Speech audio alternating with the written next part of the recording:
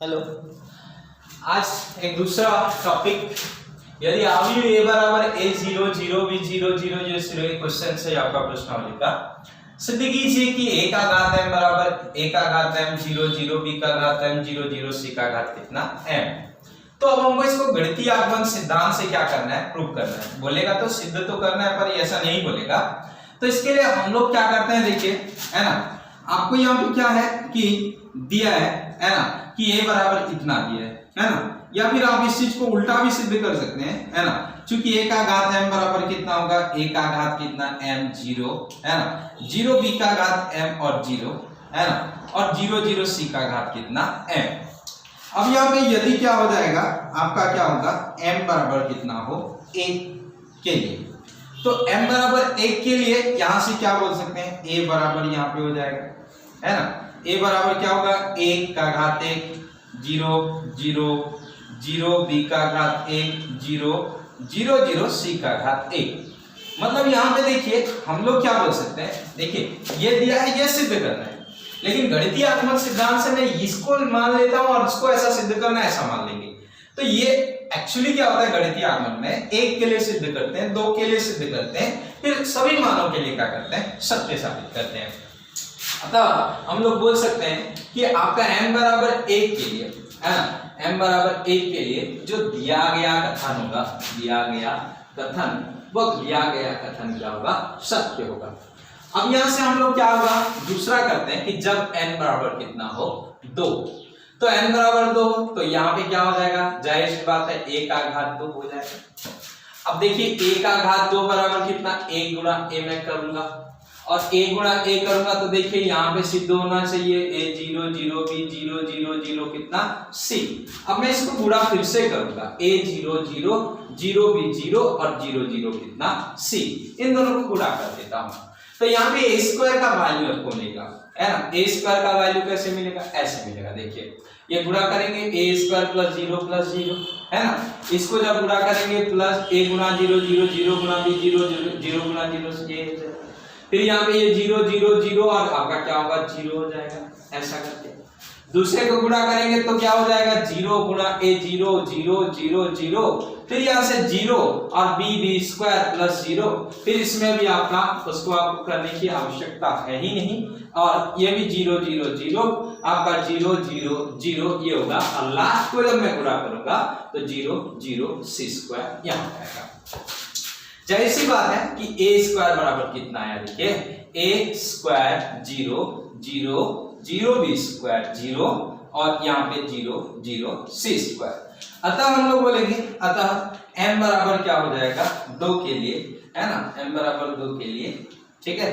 जो दिया गया कथन है, दिया गया आपका क्या होगा, दिया गया कथन क्या हो जाएगा, सत्य होगा। तो दिया गया कथन सत्य होगा, ये इस प्रकार से हम लोग कर सकते हैं, है ना। अब यहाँ पे देखिए सभी मानों के लिए सत्य करना है। जब m बराबर कितना हो जाएगा, k हो, तो जब m बराबर k हो तो a का घात कितना होगा, k हो जाएगा, है ना। यदि m बराबर k हो, अब ऐसा बोलते हैं m बराबर k के लिए सत्य हो, m बराबर k के लिए क्या हो, सत्य हो।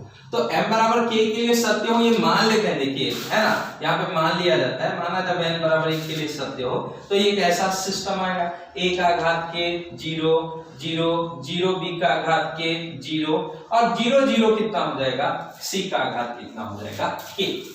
अगर देखिए अगर वो m बराबर k के लिए क्या होगा, सत्य है, तो जाहिर सी बात है कि वह m बराबर k धन 1 के लिए भी क्या हो जाएगा, सत्य होगा, और उसको m बराबर k धन 1 के लिए क्या करते हैं, सत्य करते हैं, है ना। यदि यहाँ पे देखिए m बराबर k के लिए सत्य है, k के लिए सत्य है तो m बराबर क्या हो जाएगा, k धन 1 हेतु, तो k धन 1 हेतु, है ना, तो a का घात कितना, k धन 1, इसको कैसे निकालूंगा, देखिए a का घात k घातांक का नियम गुणा a का घात 1, a का घात k क्या होगा, a का घात k का मैं यहाँ पे वैल्यू जैसे ही रखूंगा तो यहाँ पे क्या निकलेगा, a का घात k zero zero zero b का घात k जीरो और जीरो जीरो c का घात k, ये k का वैल्यू इनटू कितना होगा, a zero zero zero b zero और जीरो जीरो कितना c, इन दोनों को आपस में गुणा कर देते हैं। देखिए गुणा करेंगे तो ऐसा गुणा होगा, 1 का घात k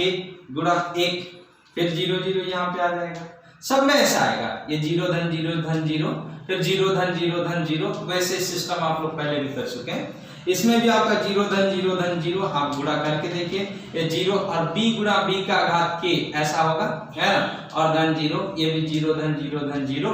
ठीक इसी प्रकार से ये 0 धन 0 धन 0, 0 धन 0 धन 0, है ना, और यहाँ पे क्या होगा 0 धन 0 धन c गुणा c का घात कितना होगा k।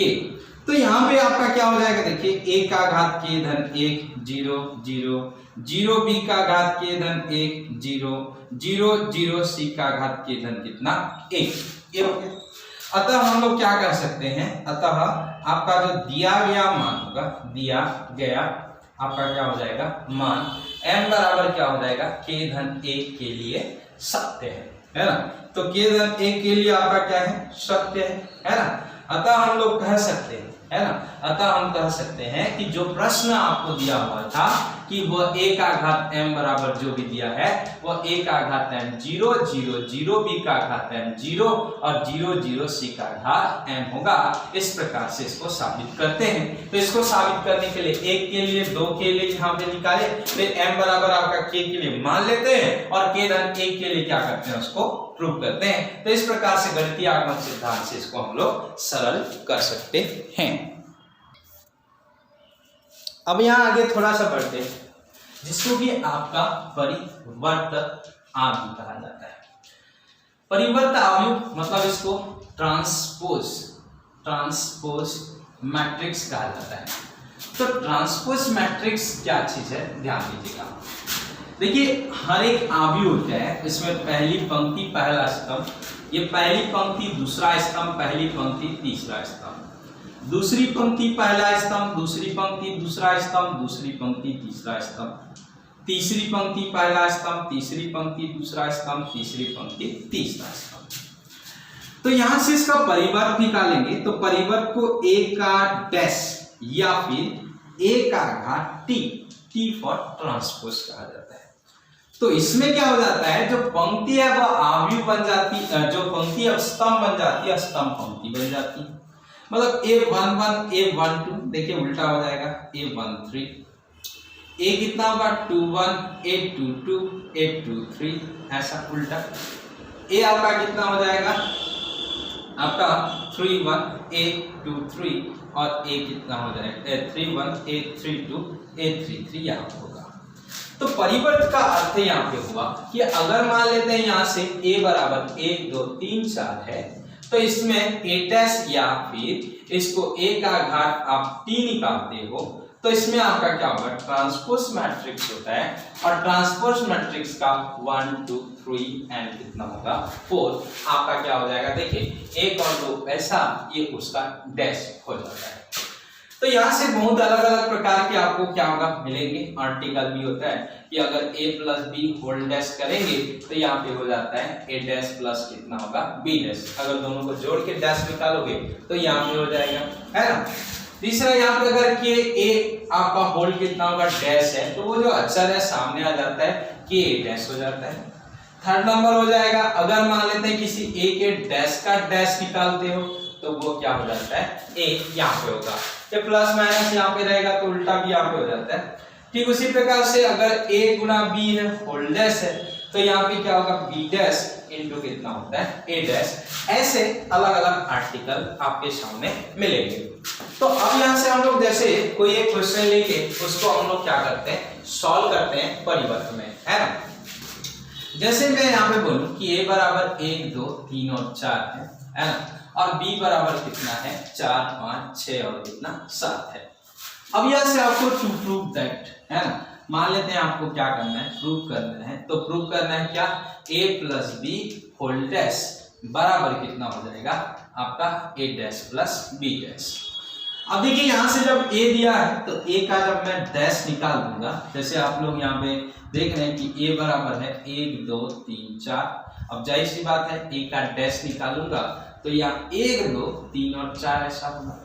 ठीक इसी प्रकार से b बराबर आपको दिया है 4 5 6 7, है ना, तो b का डैश निकालूंगा तो यहाँ पे होगा 4 5 6 और कितना 7। अब आपको क्या करना है, लेफ्ट हैंड साइड लेना है। तो लेफ्ट हैंड साइड क्या होगा, a प्लस बी का होल डैश। अब देखिए यहाँ पे a प्लस बी, a कितना है ना, तो a आपका कितना है उस चीज को आपको यहाँ पे समझना है। a कितना है, a है आपका 1 2 3 4 प्लस b कितना है आपका, b है आपका 4 5 6 और 7। अब देखो मैं लेफ्ट लिया हूं मतलब पूरे का डैश यहाँ पे, ठीक है। अब यहाँ पे इसको जोड़ दो, जोड़ देंगे तो 4 1 5 5 2 7 6 3 9 और 7 4 11 होल डैश। अब इस डैश को मेरे को कन्वर्ट करना पड़ेगा। देखिए यहाँ डैश चल रहा है, डैश चल रहा है, तो यहाँ पे ये कितना होगा 5 7 और 9 और कितना 11, ये मेरा ऐसा जाएगा। अब मैं इसका राइट हैंड साइड को ले लेता है ना, तो राइट हैंड साइड आपका कितना हो जाएगा, a डैश प्लस कितना है b डैश। अब बताइए a डैश कितना है, a डैश जो है वो 1 3 2 4 1 3 2 4 ये होगा, और जो b डैश है वो b डैश कितना है, b डैश आपका 4 6, यहाँ पे 4 6 5 और 7, इन दोनों को ऐड कर देते हैं। देखिए 4 कितना होगा 5 6 3 9 5 2 7 7 4 11। अब देख सकते हैं यहाँ पे 5 9 7 11 है ना, तो यहाँ पे left hand side equals to क्या हो जाएगा, राइट हैंड साइड है ना। तो यहाँ पे ये प्रूफ भी हो जाता है कि a plus B whole dash बराबर कितना, a डैश प्लस कितना b डैश, ऐसा क्वेश्चन हो सकता है, ठीक है।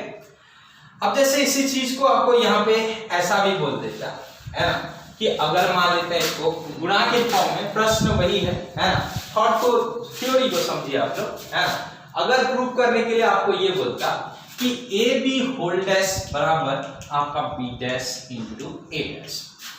अब देखिए मैं ए निकाला हूं, ए डैश निकाला हूं, बी निकाला हूं, बी डैश निकाला हूं, मैं उसका लेफ्ट हैंड साइड लूंगा। तो लेफ्ट हैंड साइड क्या है, a इंटू बी का डैश, ध्यान रखिए डैश है यहाँ पे। अब देखिए यहां से मैं a कितना है आपका, a है आपका 1 2 3 4 और गुणा b आपका कितना है, b है आपका 4 5 6 7, ये हो जाएगा, और होल कितना होगा डैश।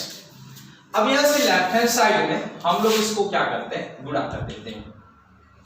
जब यहां पे गुणा करेंगे तो यहां पे देखिए r1 और c1, ये हो जाएगा 4 कम 4 धन 6 दूनी कितना 12, तो यहाँ पे हो जाएगा 4 1 कम 4 धन 6 दूनी कितना 12। फिर इसी प्रकार से 5 1 कम 5 धन 7 दूनी 14, 5 धन कितना 14। फिर इसी प्रकार से ये 3 और 4 गुना होगा, 4 तिया 12 और धन कितना होगा 6 चौक कितना हो जाएगा 24, तो 12 धन कितना होगा 24 हो जाएगा। ठीक इसी प्रकार से ये हो जाएगा आपका 5 तिया 15 और 7 चौक कितना 28, 15 धन कितना 28। देखिए डैश यहाँ पे आ रहा है। अब यहाँ पे देखिए 12 4 कितना हो जाएगा 16 हो जाएगा, है ना। ये कितना हो जाएगा आपका 6 और 36 यहाँ पे होगा, ये कितना हो जाएगा आपका 19 हो जाएगा, 8 5 13 का 3 और यहाँ पे कितना हो जाएगा 2 1 3 1 4 होल का डैश, मतलब यहाँ पे आपका कितना हो जाएगा 16 19, क्योंकि डैश को मैं कन्वर्ट करता हूँ, 16 19 36 और 43 ये हो जाएगा। तो ये उसका लेफ्ट हैंड साइड है। अब हम क्या निकालते हैं उसका राइट हैंड साइड। अब राइट हैंड साइड कितना हो जाएगा आपका b डैश इंटू कितना a डैश, चाहे इसी बात है, b डैश हमने निकाला है ना, तो b डैश कितना 4 6, यहाँ पे 4 6 5 और 7 ये आपका b डैश है। ध्यान से देखिए पहले भी आ रहा है ना, तो यहाँ पे 4 6 5 7 ये हो गया। अब 1 3 2 4 है ना, यहाँ पे 1 यहाँ 3 2 और कितना 4, मल्टीप्लाई करके देखते हैं क्या होता है। यहाँ पे इसको जब मल्टीप्लाई ऐसा करेंगे 4 1 कम 4 धन 6 दूनी 12, यहाँ पे 4 तिया 12 धन 6 चौक 24, फिर ऐसा गुणा करेंगे 5 1 कम 5 धन 7 दूनी 14, यहाँ पे हो जाएगा 5 तिया 15 धन 7 चौक कितना 28। अब यहाँ पे कितना हो जाएगा देखिएगा, ये हो जाएगा 12 4 16, ये हो जाएगा आपका 36 है ना। अब यहाँ पे ये हो जाएगा आपका 19, ये हो जाएगा आपका 8 5 13 43, तो यहां से स्पष्ट है, अतः आपका क्या बोल सकते हैं, लेफ्ट हैंड साइड बराबर क्या होगा, राइट हैंड साइड। तो एक अनदर आर्टिकल आपका प्रूफ हो गया कि ए बी होल डैश बराबर, ये ध्यान रखिए उल्टा नहीं होता, क्रम में पालन नहीं करता, इसको ए डैश इंटू बी डैश करोगे तो नहीं आएगा, ये बी डैश इंटू ए डैश आएगा। तो कुछ परिस्थितियों में कभी कभी ऐसा हो जाता है, पर ध्यान दीजिएगा वो B dash into B dash होगा। तो इस प्रकार आप इसके प्रश्नावली को बनाएंगे। धन्यवाद।